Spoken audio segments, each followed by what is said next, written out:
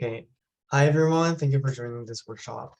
It's like the first workshop of the GDSC ticketing system projects. And my name is Bang Kwan. I'm a technical lead in the um, Google Developer Student Clubs. And I'm leading the GDSC ticketing system for GDSC at CISO. So today's the first workshop, and today we're going to go over how to the brief overview of the project, and hopefully we can go over Git and GitHub and the Node.js as well. Let me share my screen first. And yeah, hopefully everybody can see this. And okay, let's get started. So yeah, this is our first workshop, and we're at sprints. The first sprint of our among 5 sprints, and the goal of this first workshop is to share the general idea of the project and the structures and the outline, and to announce the specific technical tools that we're going to use for this project, which is Git and Node.js and the MongoDB. And I'm going to be going over why we are using those stacks and what are the benefits that we can get from using those. And third, to make sure that we are on the same track. So I know I just announced the project through the Discord, and I'm just assuming that everyone's just trying to follow the instructions on the Discord that I posted. But throughout this workshop, I can just make sure that we're actually on the same page. So those are the goal of this workshop. And the goal of this project is quite important. So our ultimate goal is working on solution challenge in the next year. So that's the whole purpose of almost GDSC, this club. So doing this project is to preparing that the solution challenge in the next year. So and the solution challenge cannot be done by yourself. You have to collaborate with many other developers or students. So that's why we are learning how to collaborate each other throughout this project. So we're not really finishing up this project. We're not gonna code a lot for this project. Actually, most of the answers are already on the internet. What we're gonna do is that how to collaborate each other, and how that's gonna enhance the our what is it, productivity. So that's the goal of the project. So let's go over to project outline. So our project is a ticketing system, and basically, okay, I think I forgot to mention about what this system is, and I got some questions about what kind of project are we actually making right now. So briefly talk about what the project would do is that the ticketing system is to create the tickets for basically assigning a tickets to the other members of the GDSC, so that they can resolve those tasks later. And everyone can assign a task to each other, GDSC members, and once the task is completed, then we can resolve it. So this is very pretty easy project, I guess. And to complete this project, I came up with those 3 features of the project, which is user interface. We're going to use the React for it. CRUD in the database. CRUD means create and write and update and delete, the shorter version of those 4 operations. and we need a database for that. So we're going to use Node.js and MongoDB for that. And authentication system, we need that because this ticketing system can only can used by the GDSC members, but at the same time it can be viewed by other any other people. So like we're gonna give the read-only permission to those like normal users, and we're gonna give the right permissions to the GDSC members. So that's the and to accomplish that, we need an authentication system, which is going to be using Node.js, Express.js, and Passport.js. If you're not familiar with Express.js and Passport.js, don't worry about it. Those are just like a library name for Node.js. So, and I'm going to go over it later. And next one would be, so just want to talk about briefly about like why we want to use the Node.js. Because like there's so many programming languages that we can use instead of Node.js to build it's just a web server, you know. And it's just building a web server, there's so many other ways to do it, but we are sticking to the Node.js. So I don't know, just want to ask you guys, like, why do you guys think, if you can come up with any ideas, like, why do you guys think like we want to use the Node.js other than those reasons in here? Any ideas?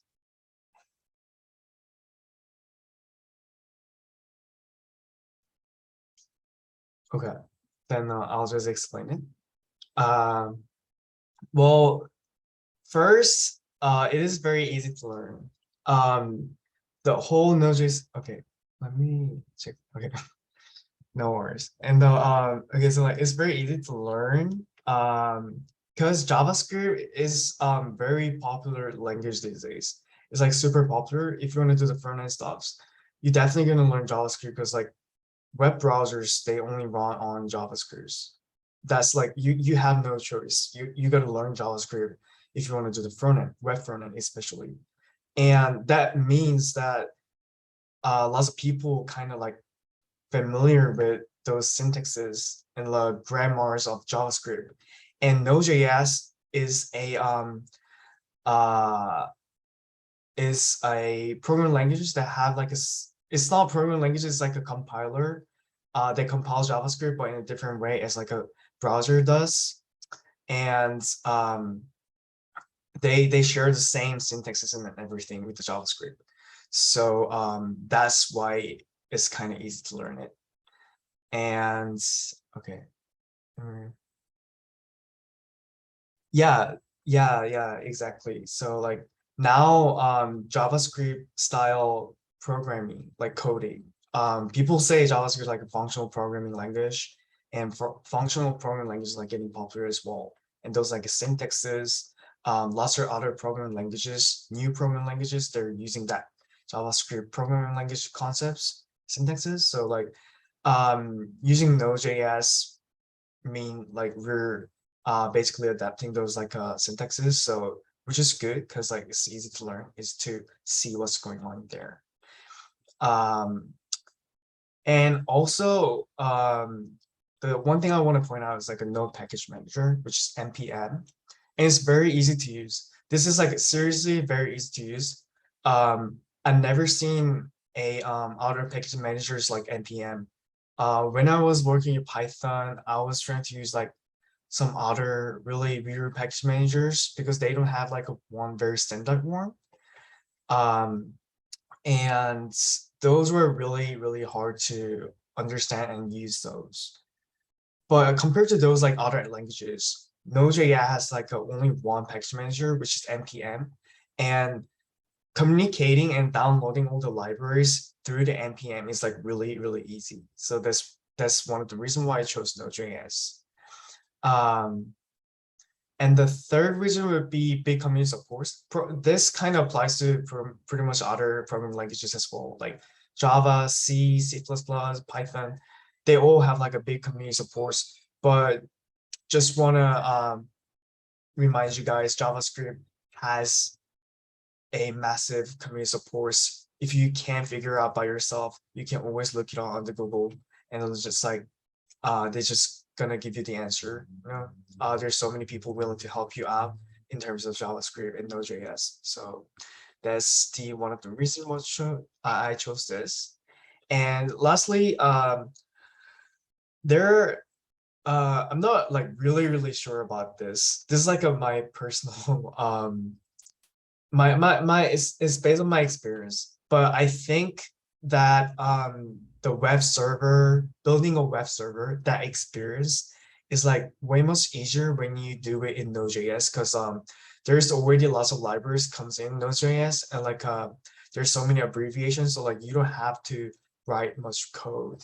And less code means you can read it pretty easily and understand it pretty easily. And as a developers, we always want to do more and write less. So that's why I chose Node.js in here. Is there any questions so far, or all good? So when we're like doing Node, we can only use npm. I know like that's the only package manager we can use. I believe so, because there was a whole proposal, like the guy who actually developed the Node.js. So he wanted to like he wanted, I think like yeah, he wanted to centralize the package manager things. So npm, I believe npm is the only one that you can use with the Node.js. But I need to do more research on that. Maybe not true, but I'm pretty sure 99% of the time, people who are using Node.js, they're using npm for downloading libraries.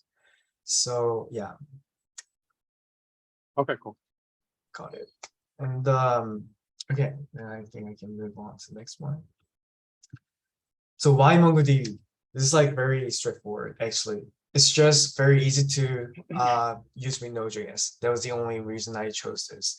Also, we didn't have to deal with the SQL syntaxes, just JavaScript and JSON file. If you know about JSON, what JSON is in JavaScript, then pretty much you can just use the MongoDB like pretty easily.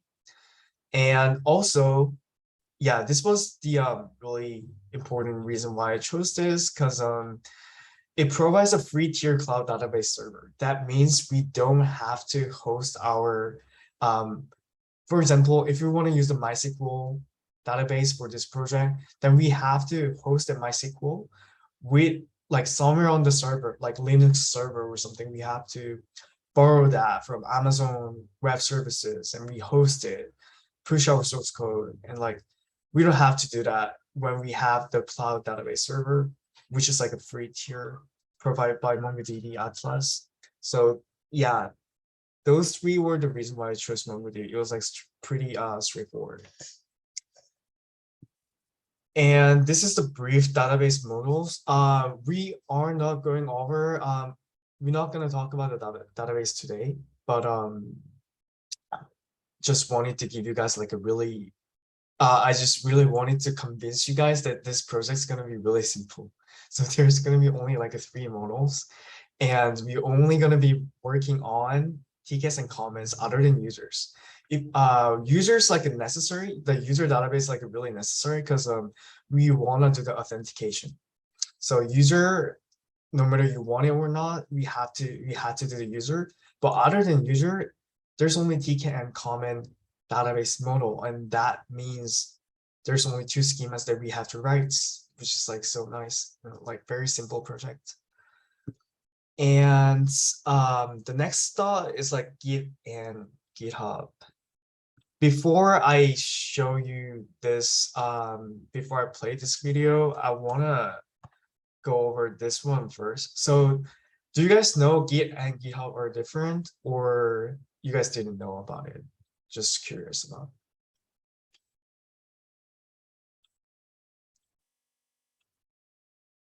Yeah, kinda. Yeah. So it might seem very confusing because GitHub sounds like there's only Git inside, like the word Git inside of GitHub. So like it kind of looks like, okay, GitHub owns the Git, and Git is like a product of GitHub, and that's why Git and GitHub is like very famous. But actually, it's not true. Git was like invented really earlier than GitHub, and GitHub is just like a place where we can collaborate each other, modify our source code through using Git. So that's the difference between Git and GitHub. So like Git is a version control system, literally. It's a version control system, it's a software. GitHub is a web-based code hosting service that help us like collaborate using through using Git. So those are a really separate thing. And I just wanted to mention this real quick because like lots of people get confused about like those two. What's the difference with those two? You know, if I'm using GitHub, then I'm not using Git, something like that. So I got those kind of questions a lot. So I just wanted to mention it briefly before I go over talk about like branching and naming convention, pull requests and such. So Git branching. So I don't know if you guys can see this like clearly.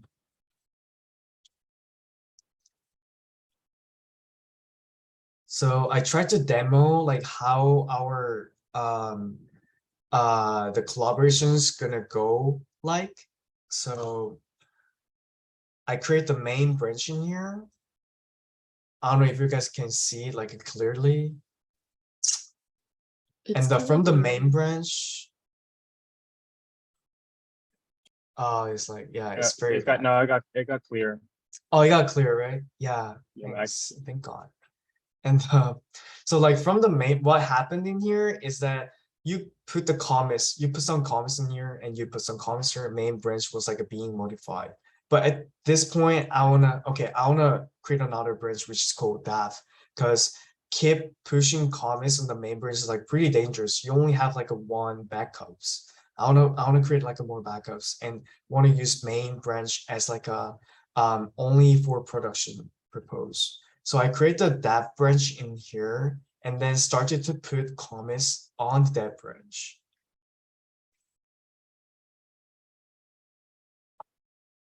And then I created a new branch, which is called because of this program, I couldn't put the file name that I was like trying to modify, but should be the branch name should be a little bit longer. But I created a new branch, which is like adding the new feature. And from the dead branch, and I want to keep pushing my comments on there. So I put the comments on there, I put the comments on there.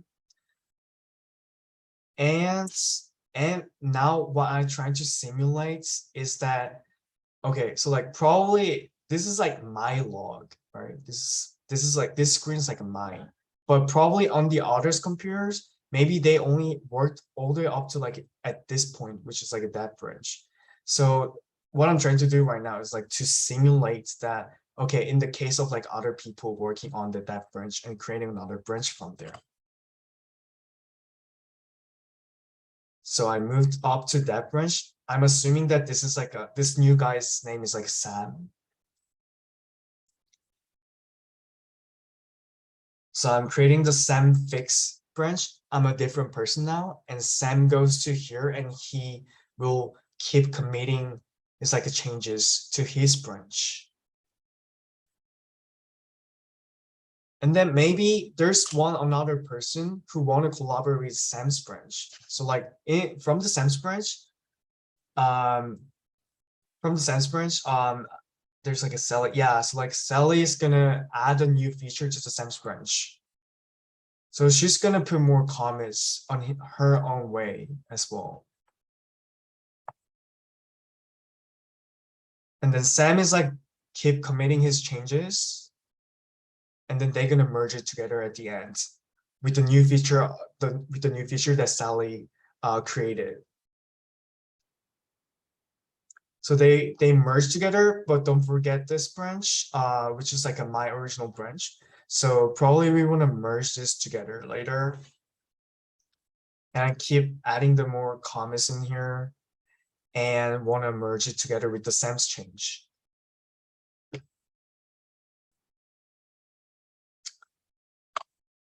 Yeah, so this is it. This is how we're gonna use the Git for our projects. So this is like a very clear way to like collaborate each other. And well, there's more things we need to consider be careful when we're actually pushing and merging the branches and stuff. But yeah, this way, if we work in this way, it's gonna be really like easy to keep track of like what we are trying to do on the project. And the next thing is like a Git branch naming convention. So I think I went this over during on the Discord channel. So yeah, I think Lydia did the small assignment as well, and Diego too. So Git branch naming convention is pretty important because like basically branch's name is like really up to you. You can just like create whatever branch name, but that can look very messy and really hard to keep track of like why did you create this branch. You have to like look it up. Okay, so like what this branch is for, you have to look it up to just like figure out why the person like did this. And when you're collaborating each other, like when you're collaborating with like many people at the same time, it could be really it could be disaster. Like if you don't know like the purpose of like all the changes. So it's good to create a branch, stick to the one branch naming conventions. And the naming conventions that we're using for branches is like who and why and what here, and we separate by the underscores. And we're replacing all the white spaces to the dash. So I think you guys are all familiar with this, so I can just like skip this. And just one thing, wanna remind you guys is that we're never gonna merge any changes to the main branch. So please don't merge anything to the main branch. I'm gonna talk about this later again when we're talking about the pull request. And that branch is like the only branch that we're gonna modify. So just keep those two in mind. And we already talked about this. So okay, so we can talk about the pull request right now. So well, I can just like read everything in here. So like whenever you make any change on some branches by git push, so like you download all the source code and you worked on by yourself on your VS Code or something, and then you comment the changes and you push it to the repository, that is git push. And then once you type that comments on your local environment, that means your source codes are all pushed to the remote repository. And in the remote repository, there's like a button that you can make the pull request to another branch. So like pull request is like only for the GitHub. It's not for Git.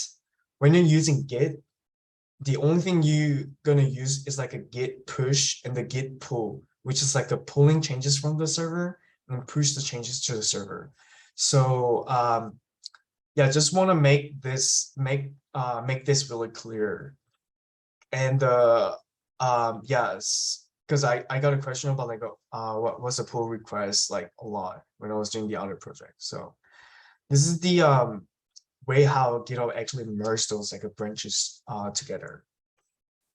And yeah, so like if you don't push anything to GitHub, then like any kind of like changes you made to the local environment that won't affect like never gonna affect the GitHub repository, because like those are two separate things. Like if there's no internet, then you cannot push or pull from the GitHub. And those two comments are like something you're gonna use when you only want to when you want to communicate with the GitHub repository. So yeah, that was everything I want to talk about the pull request. Do you guys have any questions about the pull request, or is there anything like kind of hard to understand about like why we do the pull request? So pull request is like there's a branch or something that I want to like merge my branch. Oh, sorry, I cannot hear you well. I don't know why your voice is like... Okay, how about Yeah. now? That a little better? Yeah, it's a lot better. Okay, so like a pull request is like when I'm finished making my changes on my branch and I want to merge with somebody else's branch.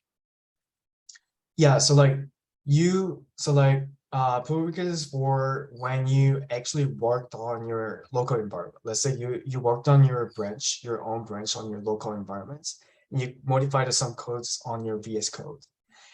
And when you push that to the local to the GitHub repository, then the GitHub repository will say like something like this. So let's say there's like a dev. Let's say you push something to the dev branch, and there's like a contribute button. This won't show off. This won't show up unless you make any changes.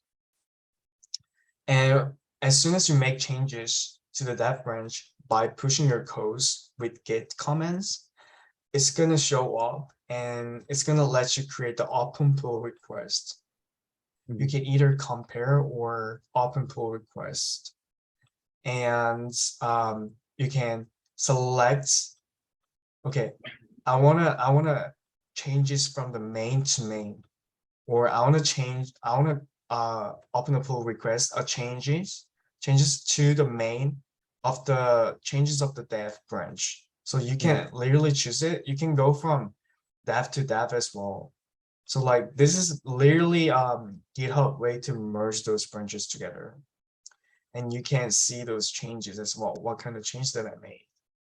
So I'm not gonna create the pull request right now, but yeah, this is the example of pull request. Okay, no problem. Yeah. Okay, That's it. got it. Cool. And okay, and this is something everybody should like keep in their mind, that it's very important to sync your local files to the recent change on the server. So if you don't do that, then your local environment will be out of the sync. And the if you don't do git pull origin that like frequently, then probably your local changes will be outdated, and you keep making the commits and the branches from the old version. Because this is kind of problematic. This becomes kind of problematic when we're working with lots of other collaborators. And for this project, I believe there's like 15 people who signed up for this project, and probably there's going to be lots of changes going on, and I may like merge those pull requests at any time. And if you don't pull the recent changes to your from the remote repository to your local environment, then the your source codes would be out of the dates, and that might cause like a merge conflicts a lot, which is I'm going to be talking about later. So just make sure you do this. Yeah, that's it. Every time you want to work on something, just make sure you type this first, or if you're using GitHub desktop, then I'm pretty sure there's going to be a button that fetch all the changes, and just make sure you do that first, and then start working on your actually code, start to modify your codes.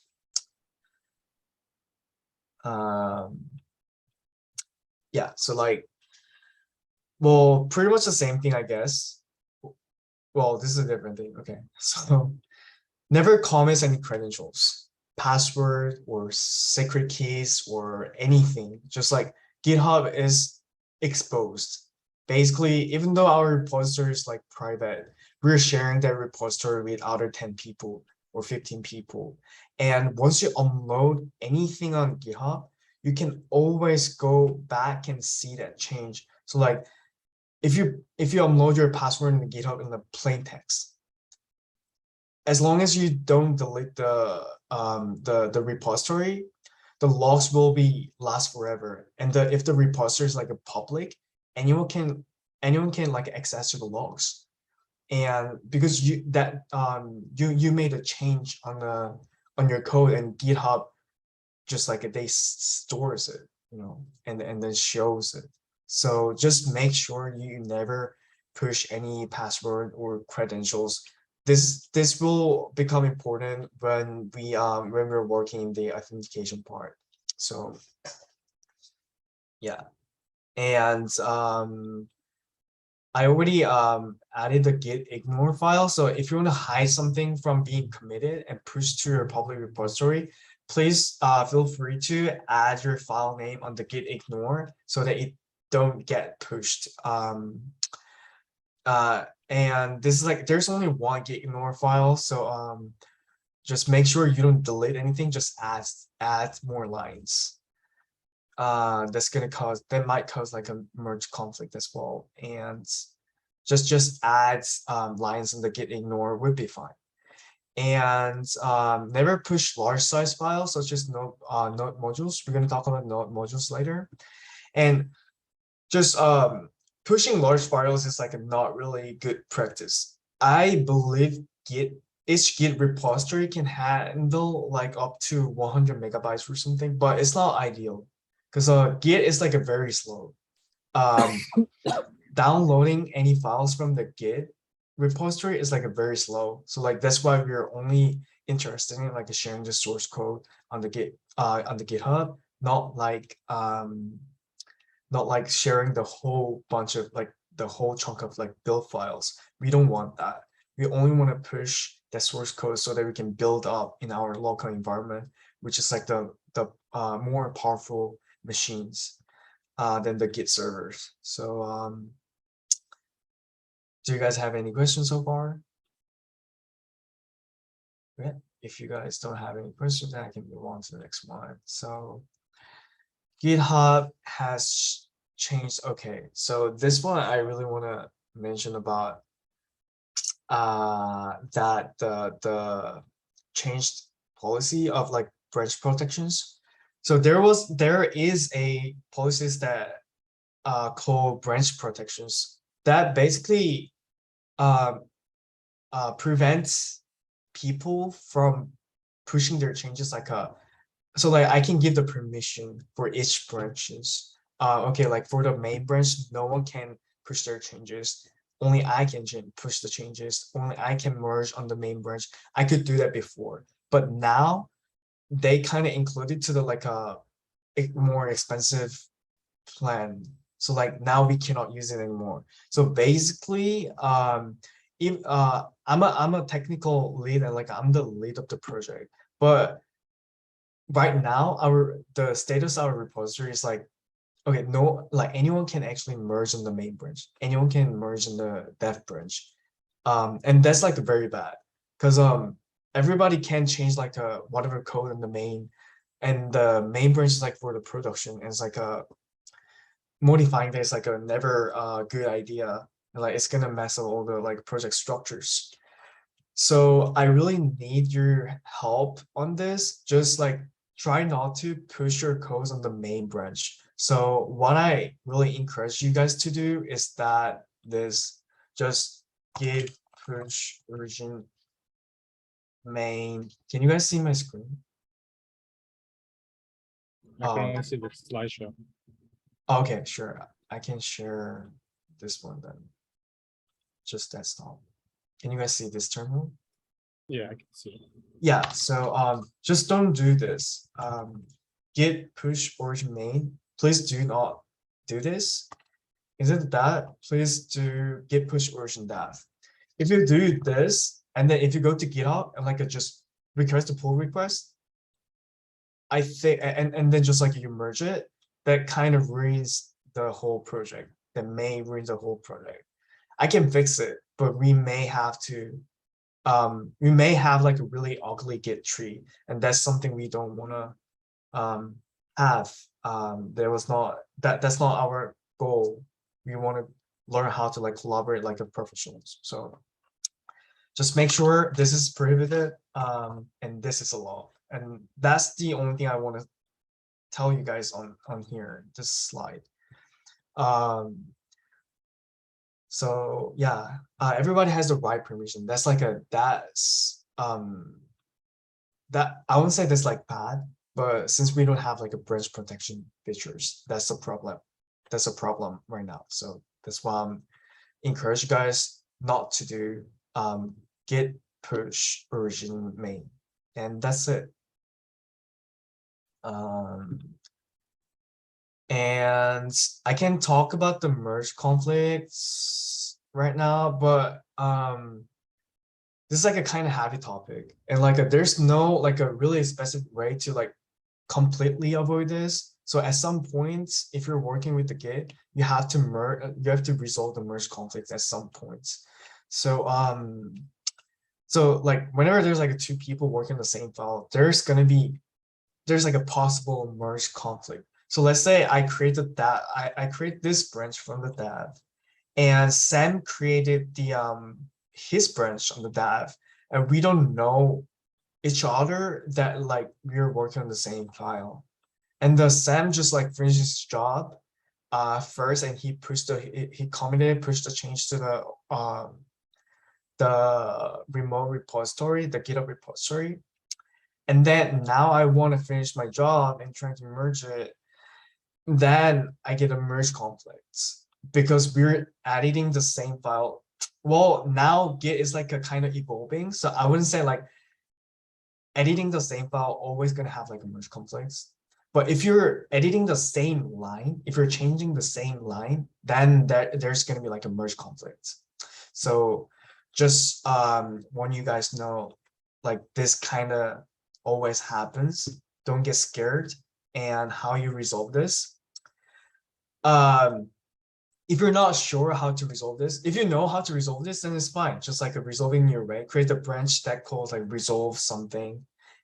Then resolve, I'm resolving index.js, and then resolve that and push that changes to the main the remote repository. That's like totally fine.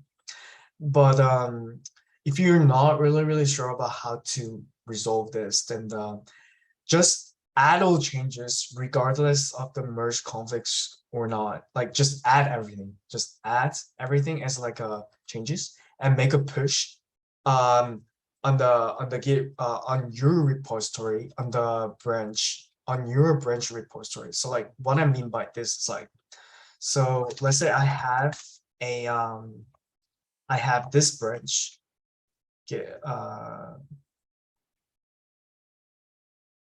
Let's say I have this branch, then just make sure you push it to this branch. Do not push to like a dev or like a little bit like the branches that have like a more hierarchy. Just push to the branches that you were working on, and then I can see your changes on the GitHub. And since I'm the project manager, I can resolve those changes. I can take, okay, this change, I think is like a kind of, I can handle this, or, oh, okay, this change kind of like, it seems like a really useful, I can take this. So I can decide that. So just like make sure you push every changes on the, if you're not really sure about this.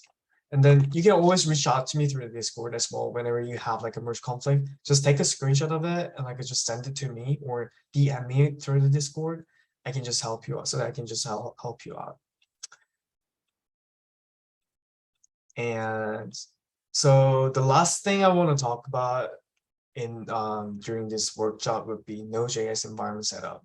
So I've been just assuming that you guys were like pretty much familiar with Node.js, but if you're not, then don't worry about it. It's like super easy to install it. So nvm, there's like a, so if you're using Linux or Mac, I don't know if you already downloaded the Node.js, but it's always good to use the nvm, and this is like a now is standard. nvm that didn't exist like before 3 years ago or 4 years ago. I think it didn't exist, but now it's like kind of popular. So this is like a standard way to install the Node.js now. So what does nvm does is that you can download, after you install the nvm, you can download like any kind of like Node.js version. So I can show you guys my nvm in here. So I downloaded the nvm. The nvm version is like a 0. And I think nvm list or something. So if I type nvm list, then I can see all the Node.js versions that I have in here. I'm using the 16 point like a 10.1. I don't even know like why I downloaded this, but yeah, it's like, yeah, this is like a real good feature of like using the nvm. And whenever I type Node version, I get this version. I can switch it over whenever I want to use like different versions of like nodes. So yeah, and I recommend you guys to install like this specific version because like this is like a long-term support version.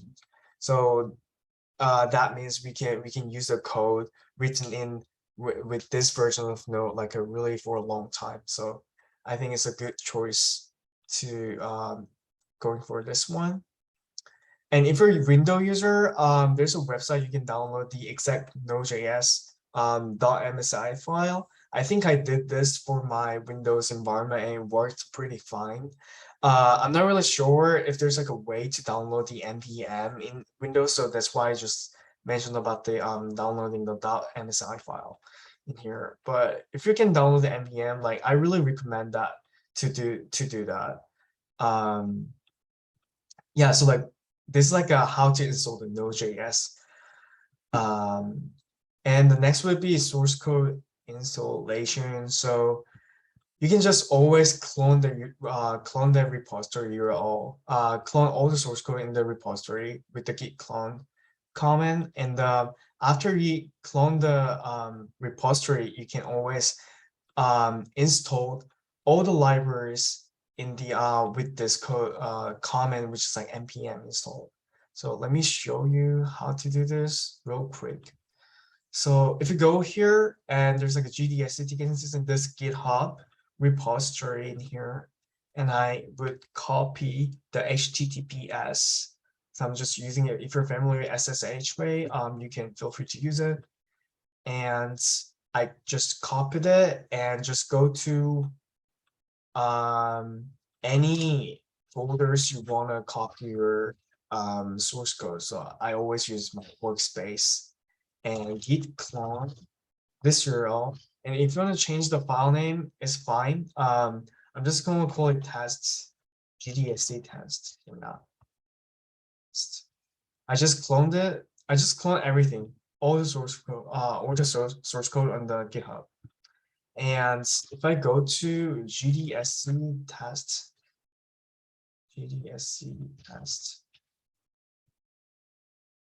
yeah, I get all the source code like exactly the same as this one. And let me see if I have the dev branch as well.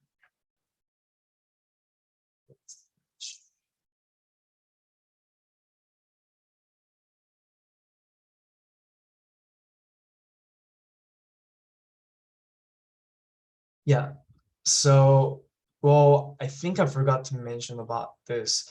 If you want to fetch any branches that already exist on the GitHub, then you can always do git fetch origin and the branch name in here, and then you can just like check out to the branch, and then you can use that branch. So now I have the exactly the same copy as the dev branch, which is nice. Yeah. So this is how you download the source code. And once you download the source code, you want to install every libraries so that you can actually compile the code. And you can do npm install. I'm not going to do this because this is going to take pretty for a while. Yeah, I don't want to download any node modules for this test file. So I'm not going to do that, but please make sure you guys do this. And remove GDSC tests.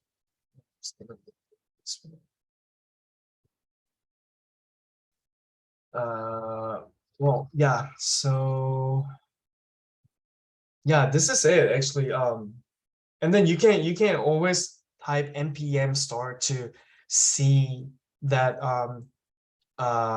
you actually installed it like correctly or not. So, and just one thing I want to talk about Node module is that I think I mentioned this before. Just don't push this Node modules this build file to the repository. It's like normally like 50 megabytes of size, and like this is very bad. If you push everything inside of this like files and folder, then it's like it's gonna make our repository like super slow. So just please make sure you don't push this like files any files in this like folder. And I added the this line in the git ignore file so that the I can prevent it from being pushed. But you know, like by some mistake you may like you may just like you happen to push it to the repository, and like so like just try not to do this. And yeah, and I think that's it. Yeah. So if you don't, as long as you don't push the node modules that folder, then yeah. Yeah, it's like I've done that before as well. Actually, I've done this before as well, and that was like super bad. It's just like takes forever to like copy all the repository source code. It's just makes it so bad. So GitHub is not for that. So it's not for that purpose. And I think that's it for today's workshop. And yeah, if you guys have any question, do you guys have any question about the project or anything about GitHub or Node.js? Have you guys ever actually like downloaded source code and like compiled it by yourselves, or Not yet. not yet? Yeah, that's fine. So just like if you download it and do the npm install, and yeah, so like if you do the npm install and npm starts, then it's gonna show you like a local host, like a running on a local host, like a 5,000 port. And if you go there, it's just says home. That means like it's running fine, because in the source codes, intermediate project. Yeah, so that's because in the source code I put a routes, and I'm sending the home this like a one single text, so that's why it's saying like a home. So if you guys can do this, you're all set, and your environment's like ready to go. Any other questions? So this week we should just be focusing more on Node.js, like familiarizing ourselves with like. Yeah, you guys can, maybe I was thinking about sending out one more tasks, like something related to Git or Node.js, either Git or Node.js. But yeah, but now we actually have to work on like an actual source code. So probably it'd be great if you guys can familiarize yourself with the Node.js, yeah, and how it actually works. And if many people want me to host like another workshop the next week, then probably I might go over like a Node.js workshop, like almost just focusing on the Node.js, like the concepts and stuff. But yeah, but so far I was just like, just look at the doc, just look at the official documentation, and like do the Node.js tutorial with the Express.js. And there's a link that I provide on the Discord channel. It's like an 8 hours tutorial. I'm not saying like you have to finish that like whole 8 hours tutorials, like, but it'd be great if you guys can just do like 2 hours or 3 hours of the like 8 hours tutorial, so that you guys can like see the like brief, get the sense of it.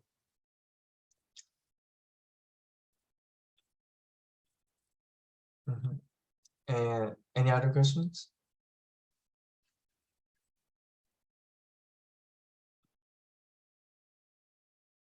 Okay, then I think that's it for today. Let me stop sharing.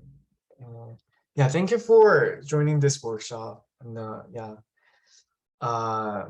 and I think we can, hopefully we can finish this project by end of this semester. So yeah, thank you for joining today's workshop. Bye. Wow, Ben, you did such a good job. Thanks. Stop the is it stop the recording?